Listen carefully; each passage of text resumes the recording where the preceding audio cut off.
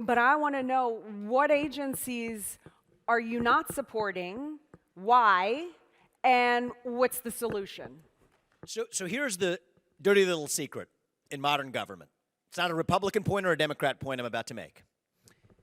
The people who we elect to run the government are not the ones who actually run the government. Let's call that out for what it is. Okay. Right? And so, many Republicans, and I'm running as a Republican, will say, oh, failed Biden agenda. I say, you're missing the plot.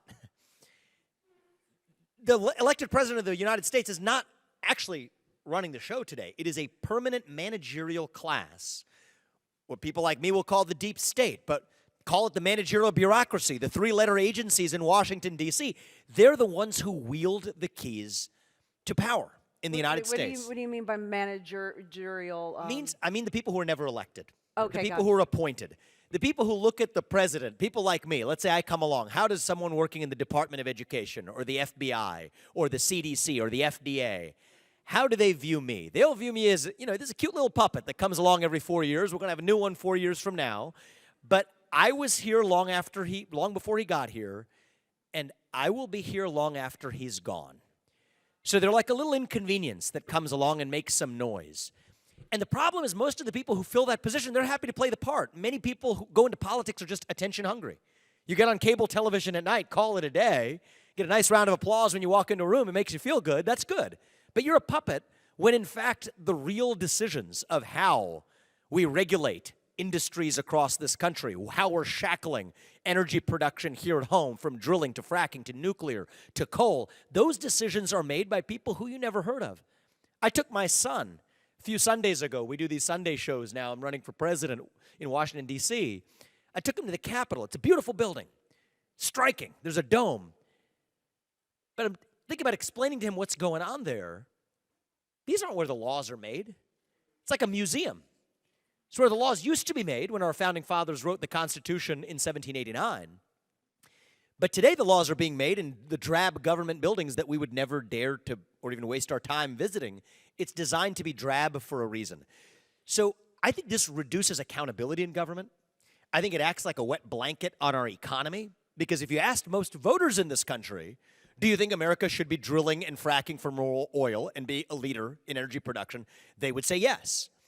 But it's not the policymakers in Congress that are stopping it. It's the Department of the Interior or the Department of Energy, which is hostile to nuclear energy. And it's designed to be invisible. So this is what I think what President Trump meant when he said drain the swamp. I agree with that impulse deeply. But I think we have to actually get the job done.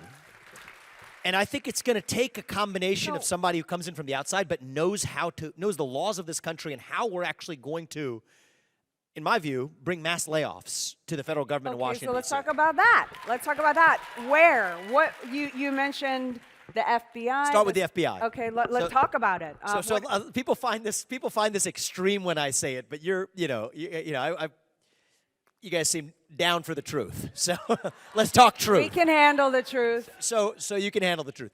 So I recommend a book. My wife is actually reading it. She is a far faster reader than I am, but we read it in bed, so she's ahead of me, but she'll indulge me and let me catch up. G-Man is the name of the book. Government Man. It's a Pulitzer Prize-winning book, came out in the last couple of years, about J. Edgar Hoover and the history of this corrupt institution. The same FBI that went after Martin Luther King Jr., threatening him with suicide on the back of blackmailed tapes, is now going after its political opponents of a different political persuasion. It is wrong. It is still the J. Edgar Hoover building of the FBI that people report into for duty every day in Washington, D.C. There are 35,000 employees. 20,000 of them have nothing to do with investigating crimes on the front lines. It's a managerial, bureaucratic rot. And those people under my watch are going to have to go back and find honest work in the private sector, where, by the way, many businesses are trying to hire for jobs. Great, we got 20,000 coming your way. They're going to find honest work, okay? And so we don't need the FBI. So the remaining 15,000, these are good people. They're investigating drug crimes or child sex trafficking rings. But the FBI has been very ineffective, actually. And it turns out there are other agencies, like the U.S. Marshals, which has done a much better job on child trafficking than the FBI has. We can move some of the people there. Greater specialization. The DEA, the Drug Enforcement Agency, much better at investigating some of the same drug crimes that the FBI is investigating in a separate silo at the same time. Move some of the people to the DEA, to the Financial Crimes Enforcement Network at the U.S. Treasury. These are complex white-collar crimes of theft. Move people with specialization there. And so one of the things I've found in this campaign is, look, I'm a 1776 absolutist. I stand by the ideals of the American Revolution, and I don't apologize for them.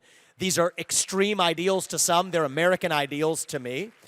But when I say these things to, even many of my friends from college, successful in the business world and otherwise, some of these things sound scary at first.